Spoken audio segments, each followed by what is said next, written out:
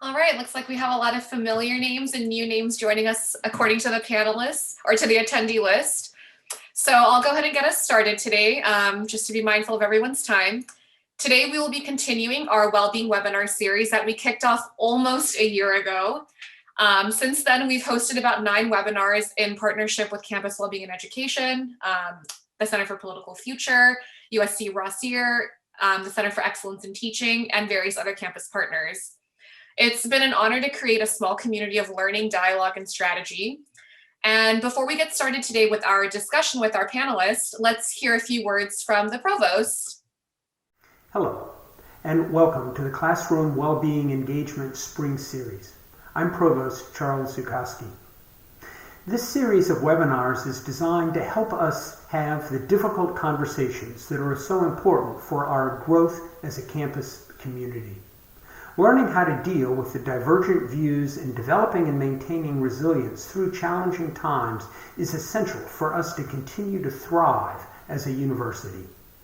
This series can help our campus communities deal with current events affecting our well-being as individuals and as a community. And it can help us better appreciate challenges and current events through the lens of diversity, equity, and inclusion. These series started last spring as a partnership between Dornsife and Campus Wellbeing and Education. They began seeking to understand well-being in different cultures and in different environments, especially as we all started working from off-campus. As the year went on, a series of monumental historical events unfolded, including social unrest associated with racial injustice and events surrounding the election and inauguration. These events took place in addition to the vast challenges we faced due to the global pandemic. So these groups created programs where our faculty and staff could share viewpoints and equip themselves with skills to explore all of these topics. In the fall, Dornsife and CWE worked with Rossier, the Center for Excellence in Education and Teaching, and the Center for the Political Future to help create spaces where faculty, staff, students could share their thoughts and their concerns. The webinars in the fall focused on navigating classroom conversations around the election. Panelists modulated language skills as well as provided tips and strategies on how to take care of ourselves through that difficult period. The fall series ended with a discussion around the importance and future of civic participation. Around 750 people have attended these sessions so far and have requested overwhelmingly that we continue them due to their positive impact. This spring, the collaboration is entitled The Politics of Conversation. How do we move forward? The series will draw from history, science, psychology, culture, and sociology. It will lean on neurobiology to inform practical tips and strategies for creating deeper classroom engagement. Now, more than ever, we believe the state of affairs we are in, we need to develop new ways of talking about our differences and that we practice how we can best move from debate to dialogue. We can enhance our well-being when we have these healthy, crucial conversations and create better understanding of each other. Thank you for your participation. Your presence here sends a strong signal that we are open to each other, we are resilient, and we want to work together towards a better future. Thank you again to Provost Zukowski for your support with our Wellbeing webinar series. Like he said, today kicks off the first of our 3 webinar series called The Politics of Difference, Moving Forward. Now more than ever, we believe the politics of conversations demands new ways of talking about our differences, and most importantly, moving from debate to dialogue. So for our first conversation today, we'll be exploring the importance of having political conversations in and out of the classroom, discussing resources for not only faculty, but staff and students as well, and talking as a group about tools to help us all make sense of these momentous moments. Joining us today is Dr. Quade French as our moderator. He joins us from USC Campus Wellbeing and Education. He's a licensed clinical psychologist for the Provost Office and Campus Wellbeing and Education, and his Work and research focuses on intersections between culture and individual well-being, as well as interpersonal relationships in diverse groups and large systems. Our panel of experts today is Dr. Jonas Kaplan, Kamy Akhavan, and Associate Dean Kimberly Freeman. Dr. Kaplan is a cognitive neuroscientist who uses brain imaging to study the neural basis of thought, belief, and emotion. His work has explored issues related to the nature of the self, how we empathize and resonate with others, and how the brain defends our most cherished beliefs and values.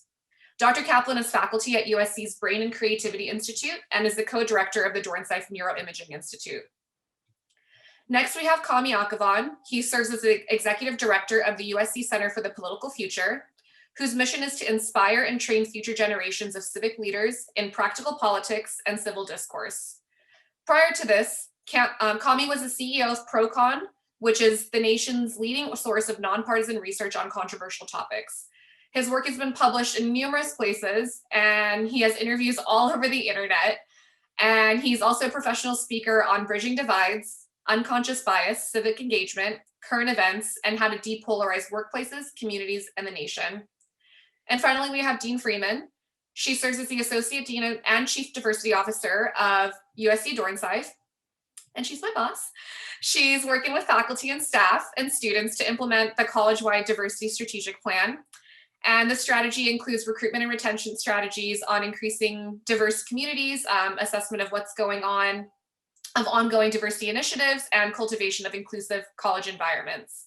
So with that, thank you to our panelists for their time and their expertise today. Quade, take it away. Thank you, Disha. I'd like to thank Provost Zukoski as well for that introduction, and to thank all of the panelists for taking their time to join us in this conversation, as well as all of you in the audience joining us. I think, as Provost Zukoski said, it really is a testament to our commitment to be there to support others and to work together to figure out how we can create a space on campus where everyone can be heard and understood, where we can build community together. And so what we're going to do today is engage in this conversation. There'll be time for Q&A at the end, but feel free to throw your questions in the chat. It'll be moderated as we go. I'd like to open things up with a question to our panelists to really provide some context and framing. It's obvious that there are really intense divisions that have been emerging in society.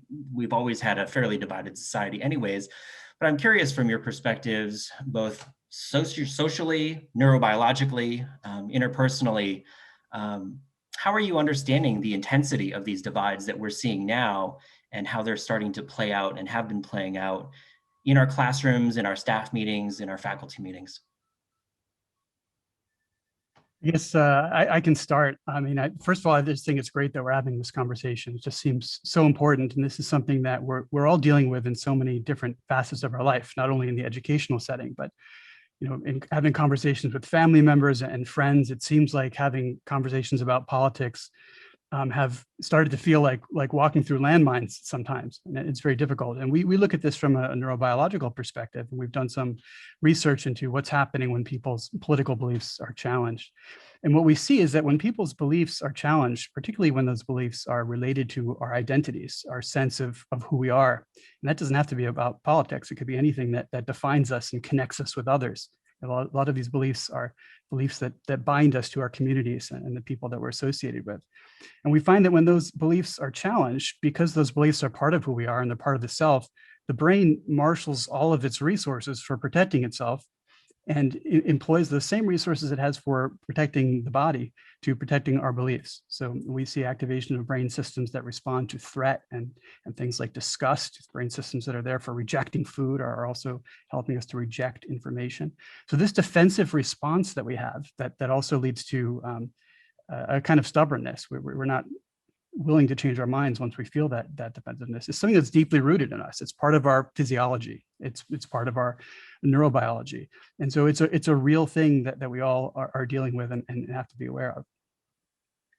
That's fascinating, particularly the connection between the mind and the body, unsurprisingly. But I'm sure people in our audience, if you can just think of those situations where you've been met with those moments that matter in your classroom or at the dinner table or with your colleagues, where you can feel your entire system activate. I know that for myself, it happens up here, happens somatically, sort of around my chest and on my neck. And it's just great to be able to know now how those systems are functioning within, that can really make this an intense experience for people.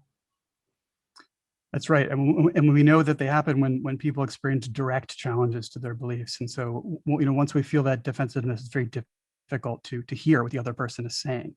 And so, I think that it's important for us to find ways of communicating that don't trigger this kind of defensiveness in people. And we can talk about what some of those are, but it's important to try to do that. Mm-hmm. I'd like to maybe add on to what was just said, particularly around this idea of listening and listening to connect. I read a lot from the Othering and Belonging Institute at UC Berkeley and the work of John Powell. And so I think that when he talks about, listening as an act of courage, that's really what we're asking in these more turbulent conversations and turbulent times, is for people to summon some courage, to really listen without judgment, and to assume positive intent. It is incredibly hard. But I was just thinking, to live in a world where we only listen to 50% of the room, or we only participate with some fraction of the whole, just really seems incomplete. And it seems like I'm an industrial engineer by training, so I feel like this was embedded in me many years ago, but this idea of optimally allocating scarce resources, time is a scarce resource. So I think, if we're in those opportunities, we have those opportunities to engage with people who don't think like us, who maybe live different lives than we do, or, have different experiences, different values that they ascribe to, that it really helps us to manage the scarce resource of time, because we can learn something in those. There's always an opportunity to learn. So listening is an act of courage, and thinking of it as a learning opportunity and not as an opportunity to engage in debate, I think moves us from debate to dialogue. I like the way that you said that, Kimberly and Quade. I'm glad you framed the question this way, because basically Jonas and Kimberly are both right. The analogy that I use to think about the scenario is, think of your biology that is making you not want to listen to another person because you find their views just morally wrong. Those people are going to put the country in a bad place. They're triggering us in every way possible. We find their views offensive, distasteful, etc.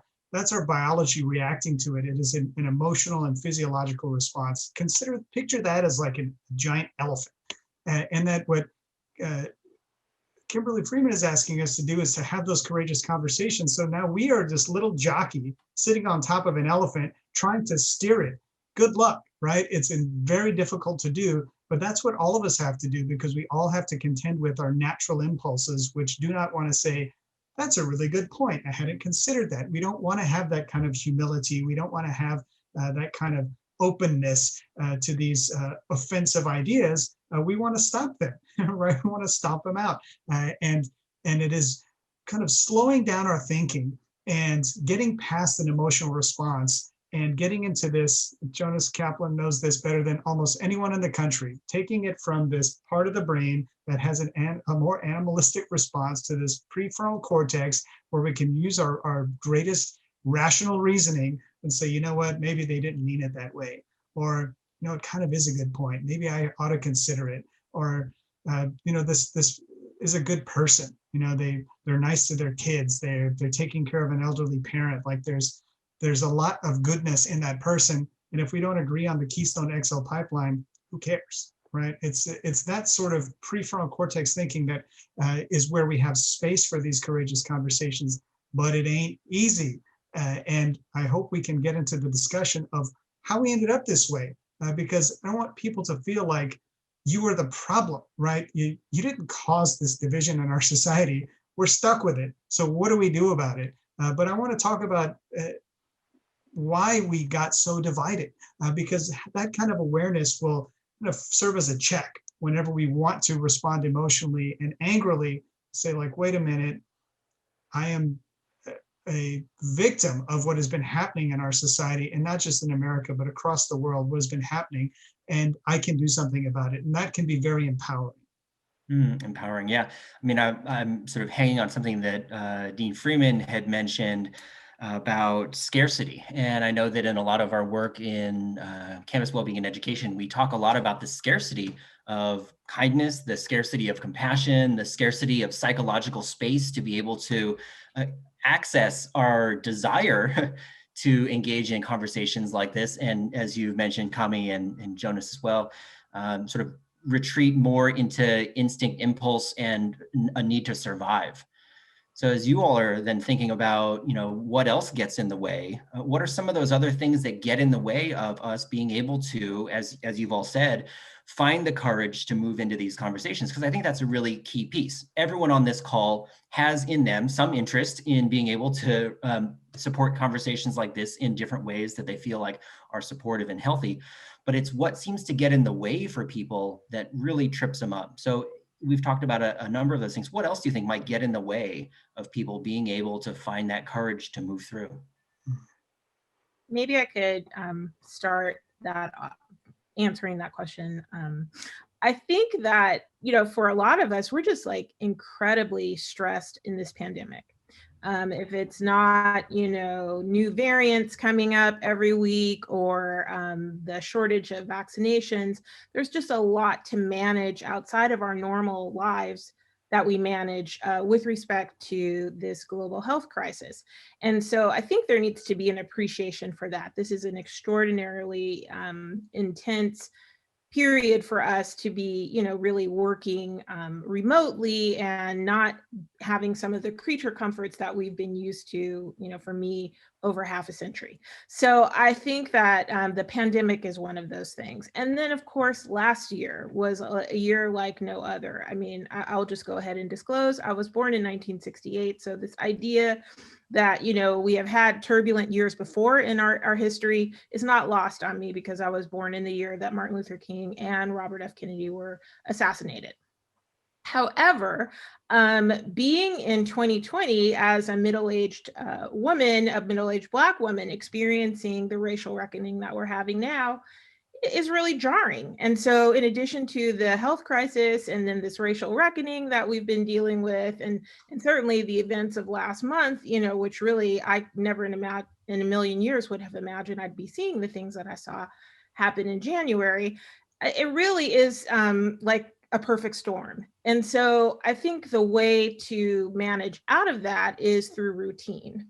And what I mean by that is, putting pauses in your day so that you have an opportunity to really catch a breath, maybe rebalance, refocus on something that isn't so intense. I know I used to watch every day the, LA County update because I wanted to know what was happening with the pandemic. But it's okay if I don't know how many people were recorded as having, gotten COVID. I think that that's okay for me not to know that every day.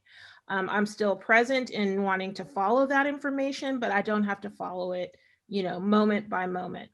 Likewise, I'm indoors all day. I'm staring at a computer screen for, 9 hours at a time when I'm working, not to mention all those Zoom happy hours and social, moments that we're having online because we can't get together with our friends. So I've just decided that every day I'm going to go outside for an hour. So I think adding things into your schedule and kind of routinizing so that you're not just in the moment and responding to things haphazardly really helps with managing what kind of environment we're in right now with all the stress. Yeah.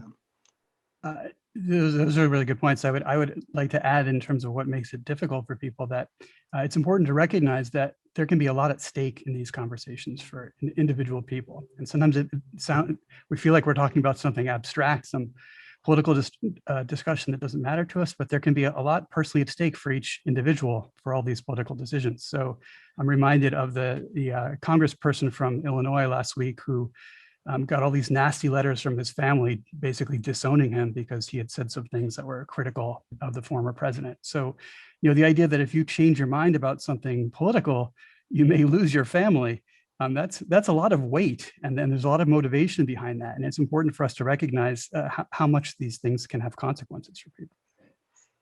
It's such a good point. And I want to make two related points to what you both mentioned. One of them is just the problem of division in our society is so daunting, it's so big and so deep, and has been trending this way for decades, right? This is not a new phenomenon.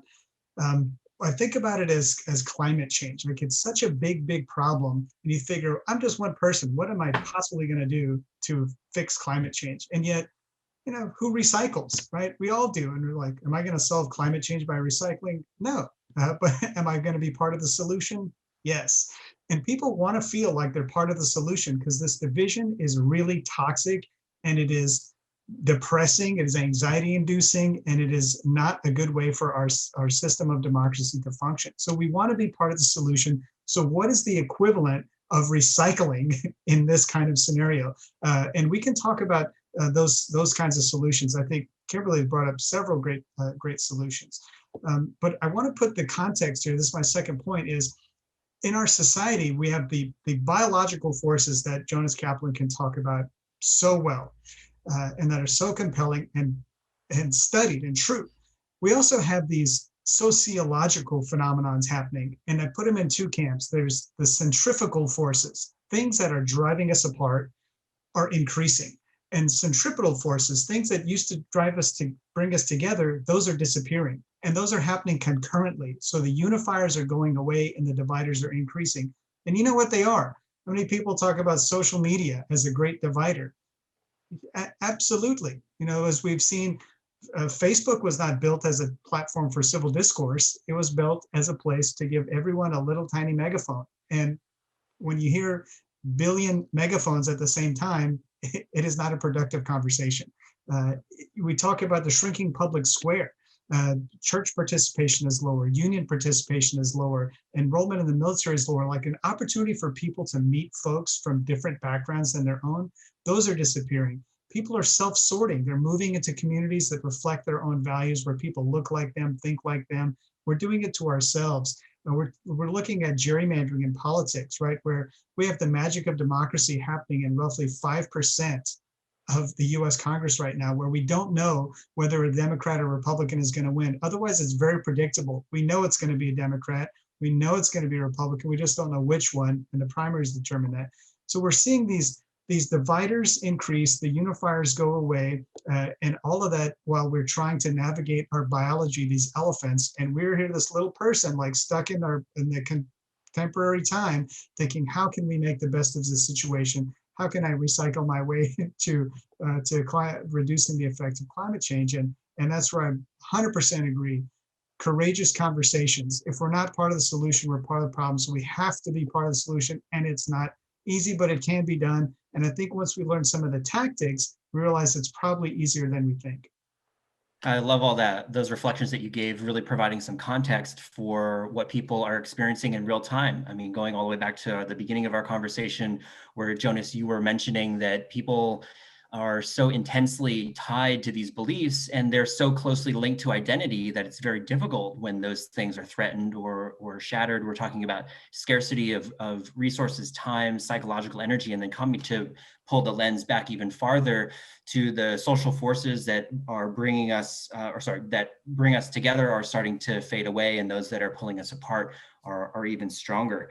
And so there's so much at stake. And so then when I think about the individuals in classrooms or in meetings or in conversations at the dinner table, it makes sense to think, well, this is not just a conversation about, as you said, the Keystone XL pipeline. This is not just a conversation about global warming, perhaps, but now this is a conversation almost in an existential threat sort of way, a conversation about self, a conversation about security, placement and positioning on the planet, and status in that way. And as Kamy, as you were talking about some of the broader social forces that are really contributing to the difference in discord, I don't think we can forget at all the power of structure and policy, culture, and norms that are present that in some ways fuel division rather than bringing us together. As we were talking about in one of our preparatory meetings for this, Kimberly, you were bringing up also the ways in which, or not, cultures motivate people or reward people for having those difficult conversations, for leaning in and being courageous. And so maybe at this point, we can shift a bit, now that we have an understanding of context, to talking about sort of just that. How does one then think about that conversation in those moments that matter, right? What are some of those concrete strategies that people should be thinking about as they're engaging in their classroom discussion or in their meeting, and perhaps even starting from the very beginning, right when we notice ourselves having that reaction and response, when our antenna go up and we're thinking to ourselves, this is one of those moments. What might someone be able to do in those situations, and then where does that progress from there? Well, I think that I know later in the program, we're going to get some real good resources in that regard, but I'm just thinking of several instances over the last couple of months where it has been brought to my attention that, you know, maybe something inflammatory or perceived as inflammatory has been said in a classroom. And I know for sure those situations happen in work settings among staff.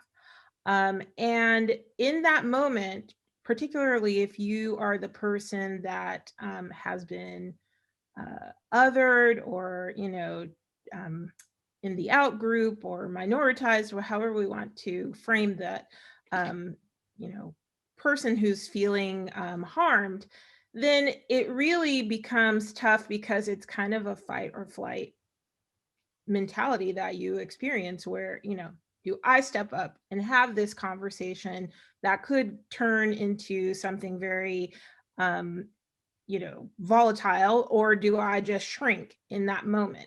And it breaks my heart, because I think a lot of our students, because they are not in large numbers, meaning our underrepresented minority students, have those moments where they have to make that kind of calculation, like, you know, here we go again. And I guess I would just say to them, and this is based on my experience over time, that eventually you will come to a place where you feel, I guess, the confidence to speak up and gain control of the situation, even if it's just to say to the person who has said something completely out of line, can you explain to me why you just said that? Can you tell me more about why you feel that way? And I think that that simple act of courage and saying, tell me more, is either going to open a window, an opportunity for conversation, or it's going to certainly make the person who said the, you know, harmful statement think twice about ever saying it again, or they're going to think twice in that moment about going further with what they said. So I just think a lot of it is, you know, I have a pastor who would say your attitude determines your altitude. And I think sometimes we have to be the bigger person. I know it's tough, but you have to demonstrate, you have to be the change you want to see. And you can't let people know they've gotten to you in such a way that you become, you know, very emotional, or get into a situation where you might, you know, feel that you've been completely violated, and you have to use, you know, you have to fight back with in the same way that that person who said something harmful to you has made a negative statement. So I know it's hard, but I don't know. I guess I've always been a fan of that kind of approach, where you just call people out, but call them out in such a way that you maintain your presence and your control in the situation. I think that's great, you know, and as you're offering that up as an initial strategy, coming from a clinical background, it's a great strategy to ask a follow-up question, because what that does is, if we are contending, so if we're the person who that statement was directed toward, or if we're in a classroom and we're a witness to that, or if we're faculty and we feel a responsibility to guide that conversation, then having all of those initial floods of thoughts of, well, how is this going to go? What did I just step into? Being able to throw out that question, can you tell me a little bit more about that statement that you just made, does a couple of things. One, it gives us the time to step back while they're talking and to collect ourselves, check in with our emotions and where we're at. And it gives the audience, the class, that other individual, a sense that we're curious to know more rather than approaching with a direct confrontation. And I see something that came up in the chat as well, and I'm curious to get the panel's perspectives on this, but the statement was, if evidence-based reasoning and good faith conversation don't necessarily persuade people, if changing minds isn't the goal then in a classroom setting or a meeting perhaps, what is the direction there? What can be the goal when these issues are so painful? I think the first thing is just to recognize that there is no magic bullet here. There's no just complete easy solution. I think Kamy's analogy of environmental issues is great. We want to find the small little things that we can do. And what the research shows is that most of these things that we can do that help conversation and help us get through with each other are basically various forms of cultivating empathy. And empathy is really important. That involves understanding where someone else is coming from, feeling what they're feeling, trying to remind us what they're feeling in each given moment. There are ways of communicating that can foster that kind of empathy. For example, there's research showing that when people speak in terms of their own personal experience and tell narratives from their life, that helps us resonate with each other, and then the conversations become more productive. We found in our own research that when we try to understand the underlying values that support people's political beliefs, there's usually some deep underlying value that's buried in there. If you can find those values and try to connect with those values and to communicate what you're trying to say in a way that shows a respect for those common values that we share, then things are much more likely to be productive. But I think empathy is sort of the key word that I would say. And I also just want to echo what Dean Freeman said of trying to, as educators, be examples of that empathy so that we can create an environment where it spreads to our students. I agreed with all of that. And the point that I'd add on top of that is to develop empathy, the number one thing you can do when someone confronts you with information that is just wrong, say like, Professor, did you know that the reason we have global warming is because the sun is getting hotter? And you might think that's ridiculous, and you want to shout down that person, and you will want to immediately give them the facts. I mean, between everyone who's listening to this call, there's probably more degrees than a gigantic thermometer, right? I mean, there's smart people listening to this, and our inclination is to say, like, you don't know the facts. But giving people facts does not change their minds. It doesn't work. In fact, it triggers what's called a backfire effect. And Dr. Kaplan knows this, it can be so well. They will dig in their heels deeper, even when you give them the facts and the real information. So the way to do it is to diffuse the emotion of it. The first thing we can do in that conversation where a student or a loved one brings up information that is just inaccurate and jarring and disturbing is to address the emotion. Why do you think that way?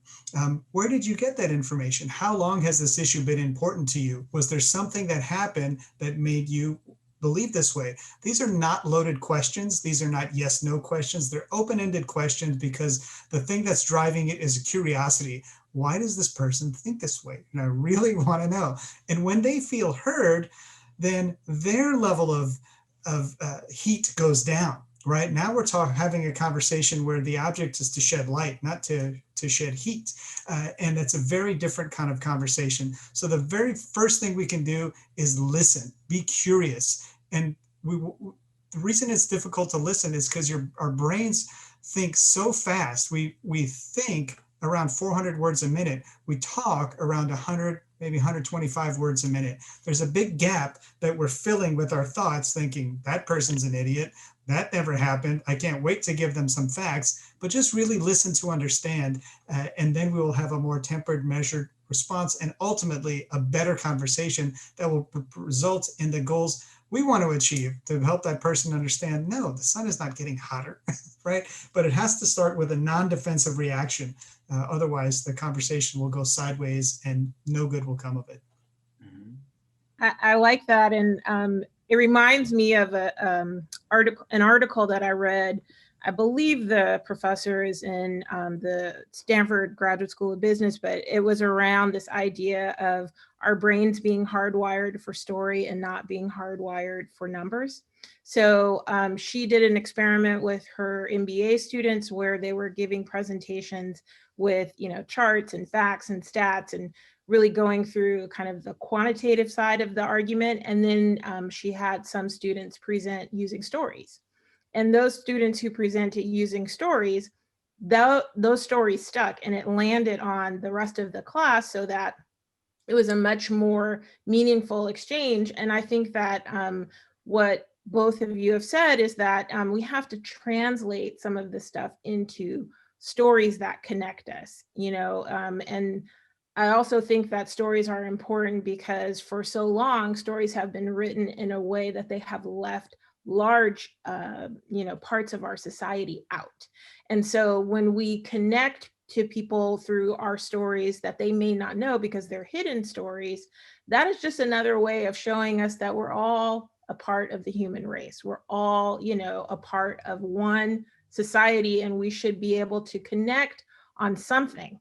If not a simple thing like where we grew up or where we went to school or, where we may have worked or where we worship, things we can find common ground, but we have to work at it through these stories. And stories are the way to connect us and build those bridges and that empathy. Yeah, and curiosity of the stories of those people who are in your classrooms, of your students, of your colleagues, being able to check in with self, understand our own emotional responses, our own stressors that are shaping how we bring ourselves to each meeting or each class, and then still finding the courage to be able to sit with someone else who has shared with us that they believe something very different than us, and to remain curious to their narrative as to how they got there. And that's what I'm hearing, at least from the panelists, as a goal, right? That the goal is not about changing minds, at least at the outset here, as we're thinking now about our own experiences of well-being and our community here at USC, but being able to find ways to come together around this. I'm curious, though, for the group, and I think that this is something that comes up in a lot of our consultations in our office and conversations that we've had with you as well. With everything that's going on, we've talked about scarcity, we've talked about loss and COVID, we've talked about changing lifestyles, working from home, we talked about the reawakening of a racial consciousness. Now, with all of this, how does one find the courage to be curious in these situations?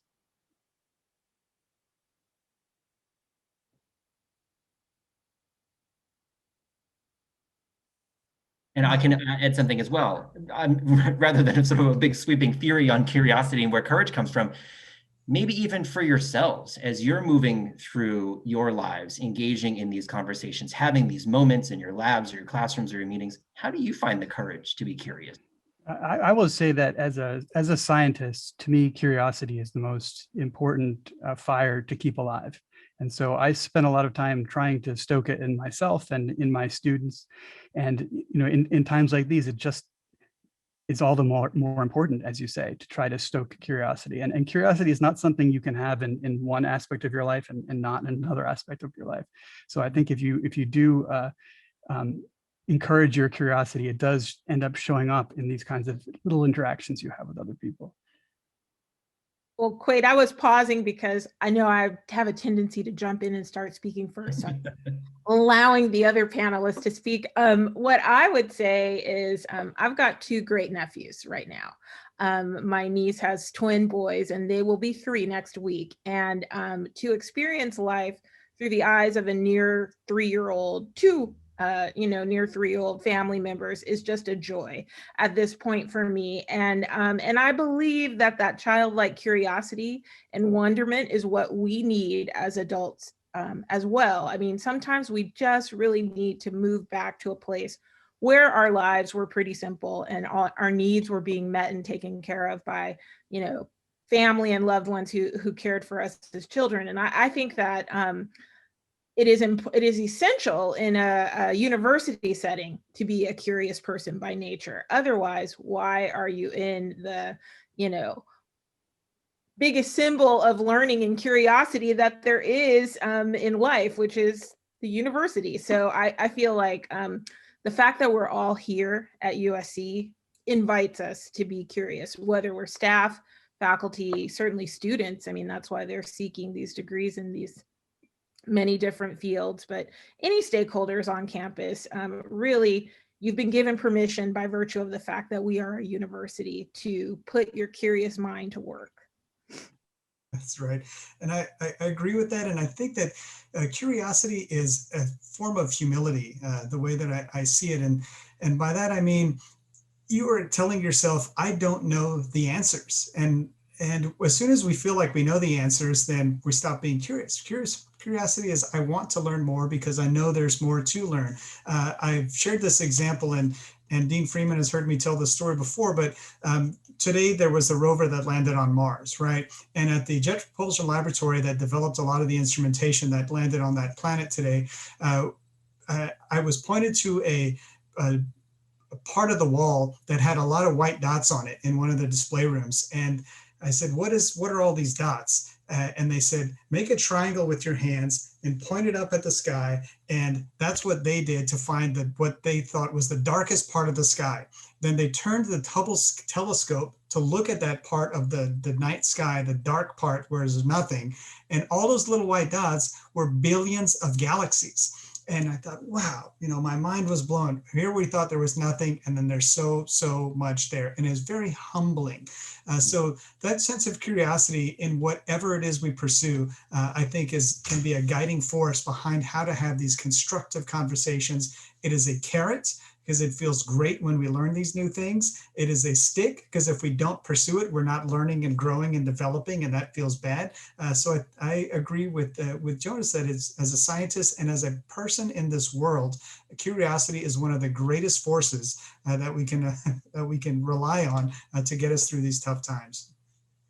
I love those perspectives. As I'm thinking about where our conversation started around the fear that's sort of perpetuating through our society now, the division, the divides. There isn't a lot of psychological safety for a lot of people to then have the resources within to be curious. Because as you've said, Kamy, curiosity akin to being humble, recognizing that we don't know. And when we are in situations where we feel we don't know or don't have, we tend to dig in our heels and convince ourselves and everyone else that we're secure and that we're correct. And it does take a lot. I think in our previous conversation too, we had said, you kind of got to want it a little more now. And in many ways as well, for those who find themselves in positions of authority, either in classrooms or in meetings or leading people, or even just as members of the USC community, right? How we are supporting each other as they are curious as well with us, I think will go a really long way. So it's not just an individual question now of how do I remain curious, but how do I cultivate that within the people around me, right? In the people that I interact with on a daily basis. So I'd like to thank Kimberly, Kamy, and Jonas for joining us, and all of you, the rest as well. If there's one last sort of parting word or sentiment that our panelists would like to leave the audience, the floor is yours. I'm just really happy to have had this conversation with you all, learned a lot from it, and I hope this conversation keeps going. And I agree. I mean, I think conversation, it all starts with a conversation. It's the easiest way to enter into a relationship is through, some very basic questioning and answering on both parts. I would also add that we have been given permission through our values to, unite around some of the things that we've talked about today. This nexus between well-being and diversity, equity, and inclusion recognizes that with diversity brings well-being, with inclusion and equity and making sure that we uplift those values. We are essentially giving people the permission to bring their whole selves to the university. And so if you look at the values that were released earlier this year, I think there's a lot there that can help to guide you through some of the more difficult conversations. Those are great perspectives. Kamy? I'll say stay connected with things that are positive in your life. It's easy to lose those connections during COVID, but maintain them. It's so important for our emotional well-being. And I will leave these two quotes. So one is from Archbishop Desmond Tutu, who says, "Don't raise your voice, improve your argument. Another quote is from Art Brooks, who says, we don't need to disagree less, we need to disagree better. And for me, that's what it comes down to. So take care of yourselves, folks. Take deep breaths, stay connected, and know this isn't your fault. We're just living in the world trying to do our best.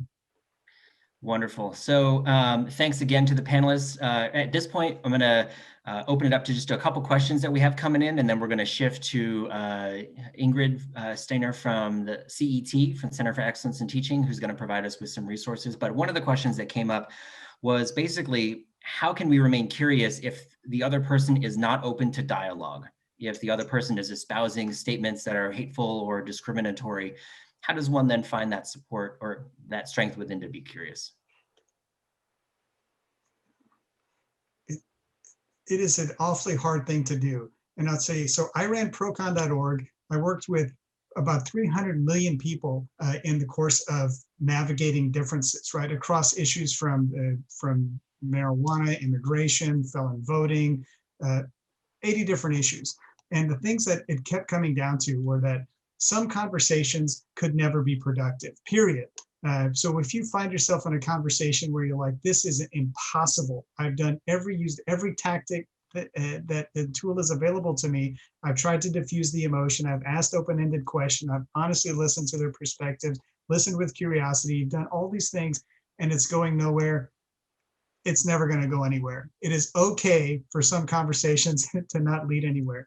But that said, there's a lot of room where those conversations can be steered to better places. And in that particular example, it makes me think about when Walter Cronkite, remember we had 3 big news stations, he would end the news and say, that's the way it is. Well, if you were Black or Latino or poor, you had a very different experience, and that's not the way it is that you saw on television. Your experience was different than what you're seeing. So sometimes that's not the way it is, and we need to acknowledge that there's a lot of ways that it can be. And I think that kind of awareness and sensitivity to the fact that people are coming from all kinds of different situations, we need to be mindful and respectful of that, and don't just say, that's the way it is, because we are skewed by our own perspective and viewpoint. I think this is just the most difficult thing that we have to deal with. I mean, Kamy's right that some conversations simply aren't going to be productive. But how do we tell the difference? I mean, we don't want to avoid any conversation that's going to make us feel negative. If we do that, we just end up with echo chambers where we only interact with people that agree with us. So we do have to be able to step outside of our comfort zone, but then also know when what we're doing is fruitless. And I think that's just a really difficult judgment call to make. Mm-hmm. I would like to add, I'm thinking about, 2 moments in my career prior to working in higher education. One, when I was a regulatory lobbyist, and the second, when I worked as director of community relations, where in that role, I really had to work across a lot of differences because we were serving, in the company I worked for, we were serving 15 different counties. And if you can imagine, there were just so many different communities represented within those counties. And it really was a test of trying to find common ground. And, there would be moments where you would just reach an impasse and you couldn't find common ground, especially in lobbying. But if you are really true to the work, it's a marathon, not a sprint. And so you have to take some of the small wins and then, take those losses too. You got to take a few of those, but in those losses, figure out like what is to be gained from this moment, where I may not have, kind of won the argument or won the point. And when I worked in community relations, it really was about dialogue, listening, trying to get to a place of understanding and trust building. And I think that is sadly missing. And maybe it's because of, as Kamy spoke of earlier, we're giving people these platforms through social media and other technology where they really become an audience of one, and they're not trying to win people over. They're just trying to put their ideas out there. Yeah, I love that. That especially that piece that we're acknowledging now, that some conversations are just not going to proceed in a way, despite all our efforts, that we are hoping for. And as we're talking about well-being related to all of this, yes, we are able to work toward better well-being as individuals and a community when we can remain curious and open and have dialogue and conversation. And it is so important for us to make sure we're protecting our well-being by knowing when we need to step out, right, of a conversation that we feel would potentially be so draining for us that we would have nothing left to give. So even in those situations where it seems like you're fighting up against things that are in one of the questions as dogma or things that are known, really, again, as we've been talking about with that scientist mind, trying to be as curious as possible, being able to be open to new perspectives. So with that, I would like to thank the panelists again for their wisdom and their time here today. I'd love to thank the attendees and to the staff, to Disha and Jason as well, for helping set this up, and then turn things over to Ingrid to introduce some of the resources that we have for you. Thank you. And thank you, Kimberly, Quade, and Kamy, and Jonas for this afternoon, and also the opportunity for CET to partner in an important event like this. So we're very excited about that. And for the attendees, thank you for coming today. And we wanted to have some things that you can leave with that are tangible, that you can refer back to as you start implementing these conversations and moderating and facilitating. So we have two resources that we created. The first is a collaboration between CET and the Center for Political Future. So Kamy and I worked closely together on this, and he was a great partner and brought a lot of insight into this document. And it is on discussing controversial political issues. And we start out with a scenario on stem cells, but you could replace stem cells with anything you're talking about in your class or want to talk about. So it could be climate change or vaccine policies. And it provides a bullet point list of techniques to plan for and moderate these discussions. And it's really, the goal is to create a space where students feel heard, acknowledged, and respected. And also, we have a section on there, do students want to hear the professor's opinion? And some information and research on that. And also a pretty large section of suggested resources. So if you'd like to take a deeper dive into some of these things, moderating conversations, techniques for having productive conversations, those are there for you as well. The second resource is a new one we're very excited about, is What to Say, communicating with students who may need additional support. And this was a collaborative effort between CET and the Campus Wellbeing and Education. And it starts out with a scenario of a student who was an active participant in a class and is now not engaged and seems upset. So again, you can think about how this might play out in your course. We tried to do an online scenario, so that might happen in Zoom. It might happen when we're back on campus eventually, right? But it's a step-by-step guide to begin a conversation with students. And one thing that we hear from faculty a lot is, well, what language should I be using, or can you help me come up with that? So this document actually has possible language that you can use with a student. It provides sample emails and responses, and it's really a base to modify to your own situation and to make your own. So it needs to be in your authentic voice, but it's certainly something that you can take and adapt to the situation that you're in.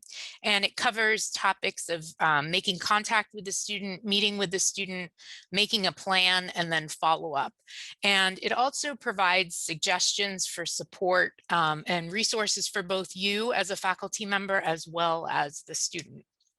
And I'd just like to say too, that if you'd like assistance with planning, facilitating, or even role playing these types of conversations, if you have something coming up in your class, CET is here for you. So we're available. So please just feel free to email us and we'll set up an appointment and a time to meet.